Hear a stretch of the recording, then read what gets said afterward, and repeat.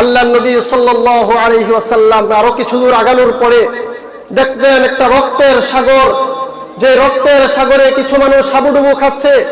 হাবুডুবু খেয়ে যখন তারা কিনারে চলে আসতে চায়, ফেরেশতারা তাদের হাতে লাঠি রেখেছে, ফেরেশতারা তাদের হাতে লোহার ইটের কণা রেখেছে।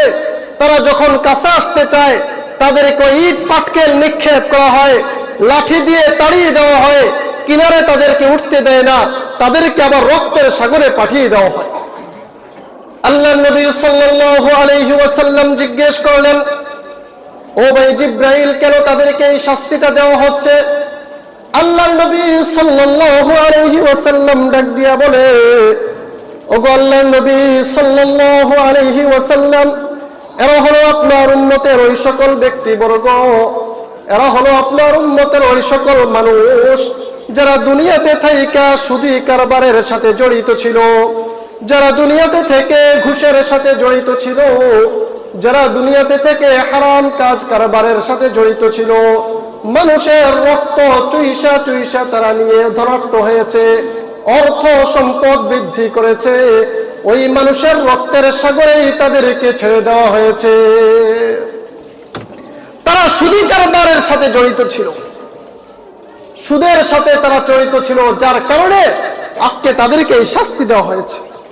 মেরে মুহতারাম হাজরিন, সুদী কারবার আমাদের দেশে আছে না নাই? কম না বেশি? মনে রাখবেন, উপার্জিত যত সম্পদ আছে, উপার্জিত যত সম্পদ আছে, এই সমস্ত সম্পদের মধ্যে সবচেয়ে নিকৃষ্ট সম্পদের নাম হলো, উপার্জিত সমস্ত সম্পদের মধ্যে সবচেয়ে নিকৃষ্ট সম্পদের নাম হলো সুদী কারবারের সাথে জড়িত অর্থ সম্পদ। সুদী কারবারের সাথে জড়িত হয়ে যে টাকা পয়সা সে উপার্জন করেছে, ব্যাংকে লোন নিয়ে যে 10 তলা বিল্ডিং সে করেছে, মনে রাখবেন পৃথিবীর সবচেয়ে নিকৃষ্ট সম্পদ হলো 10 তলা বিল্ডিং। কথা বলেন ঠিক কিনা? আপনি তো শুধু মনে করেন কুকুরের গোশত যদি শুধু বিক্রি করে তাহলেই মনে হয় হারাম হয়।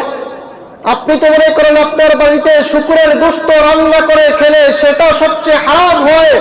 আল্লাহর নবী আর কোরআন বলে না, কুকুরের গোশত সবচেয়ে নিকৃষ্ট নয়, শুকরের গোশত সবচেয়ে নিকৃষ্ট নয়, সবচেয়ে নিকৃষ্ট হলো সুদী কারবার করে যারা অর্থ সম্পদ উপার্জন করেছে, সেই উপার্জিত সম্পদ সবচেয়ে নিকৃষ্ট।